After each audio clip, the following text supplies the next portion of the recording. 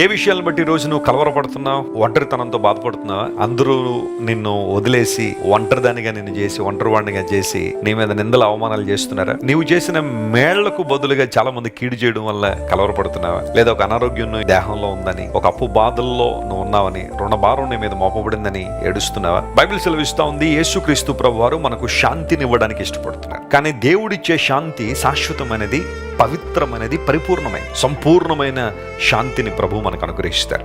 Messiah ఈ లోకానికి వస్తే, అంటే లోకరక్షకుడు ఈ లోకానికి వస్తే, కులాలకు అతీతంగా, మతాలకు అతీతంగా, ప్రాంతాలకు అతీతంగా రక్షించబడడానికి మనుషులు ప్రార్థన చేస్తున్నారు కదా. ఆ ప్రార్థనకు జవాబుగా మెస్సియా గనక ఈ లోకానికి వస్తే ఆయన సమాధానకర్తగా ఉంటాడు. ఆయన ద్వారా మనిషికి దేవునికి సమాధానం కలుగుతుంది. ఆయన సమస్తాన్ని సమాధానపరుస్తాడు తన రక్తం ద్వారా. ఎంత చక్కని మాటలు బైబిల్లో మనం చూస్తున్నాం. ఈరోజు యేసు ప్రభువును కలిగి ఉండి కూడా, సమాధానకర్త అయిన దేవుణ్ణి కలిగి ఉండి కూడా కలవరం ఉందా? అనేకమైన సమస్యలకు భయపడిపోతున్నావా? ఓ మాట చెప్పినా, నువ్వు భయపడుతుంటే ప్రతి ఒక్కరు నేను భయపడుతూనే ఉంటారు.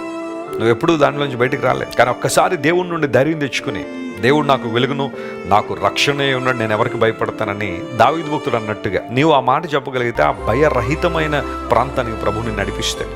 తద్వారా క్రీస్తు ప్రభు యొక్క సమాధానము, శాంతిని స్పష్టంగా నువ్వు అనుభవిస్తావు.